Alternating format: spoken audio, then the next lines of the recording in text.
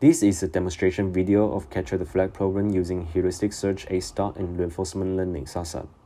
During this project, we developed 3 different strategies. The first strategy was 1 offensive agent and 1 defensive agent. This strategy worked poorly because it is difficult for 1 defensive agent to locate the enemy Pacman in a large maze, and it's difficult to catch the enemy as the enemy moves at the same speed and can run away once it observes the defensive agent. With this strategy, we merely rank above starting basic. As a result, we developed a second hyper-aggressive strategy where both agents attack. By experiment, we found that we won more by eating food faster than the opponent. If we defend, it only prevents food from being eaten and get no score. There was also an advantage in having 2 offensive agents, as they had an increased chance of eating more food because they would cover more ground, and they could also cover for each other when being chased by the opponent's defensive agent. We found that the opponent's defensive agent was often indecisive about which agent he wanted to attack, and therefore failed to select the optimal path.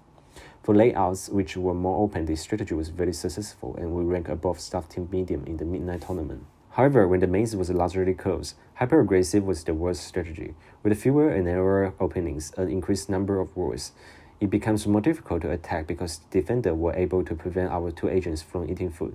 Meanwhile, having 2 defensive agents means that none of them could defend. We therefore developed our third strategy where both agents were able to become offensive and defensive based on the situation and collaborate with each other. Agents could share information about enemies that they both saw, and 1 agent would distract the enemy when the second agent would take advantage of the distraction to eat as much food as possible, even if approach the enemy closely. They could then take turns distracting the enemy and getting away with food. After eating some food, and if detecting that the enemy was carrying a lot of food, both agents would attempt to catch the enemy from 2 different directions. This strategy, in combination with another strategy where both agents defend once the team score had reached a threshold of 10, was very effective. As a result, our agent ranked above staff team top. We used 2 theoretical approaches to implement these 3 strategies. The first approach that we considered was heuristic search, specifically A* search. Essentially, the capture problem was a combination of several search problems, searching the food when you were a Pacman and searching the opponent's Pacman when you were a ghost.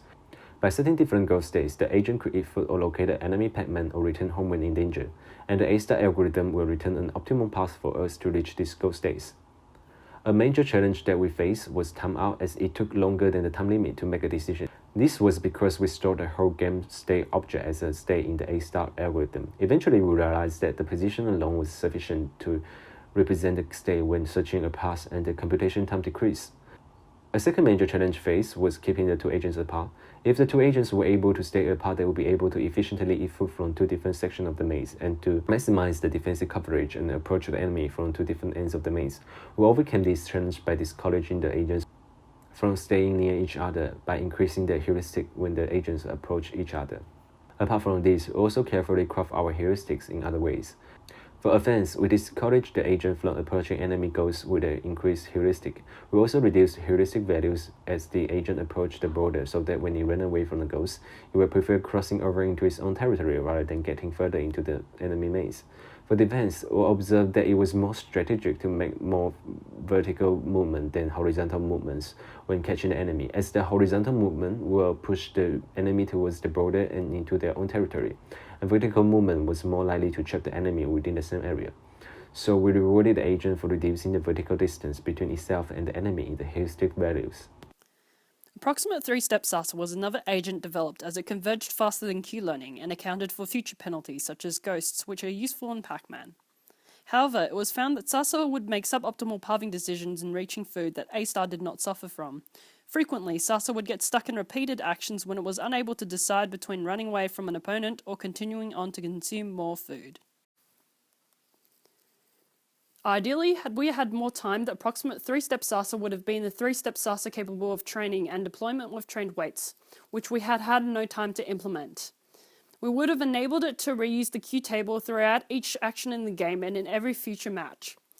With more time, deep Q learning would have also been implemented, as we looked further into the subject but found that it was too difficult to understand hyperparameter tuning and training upon enemy agents.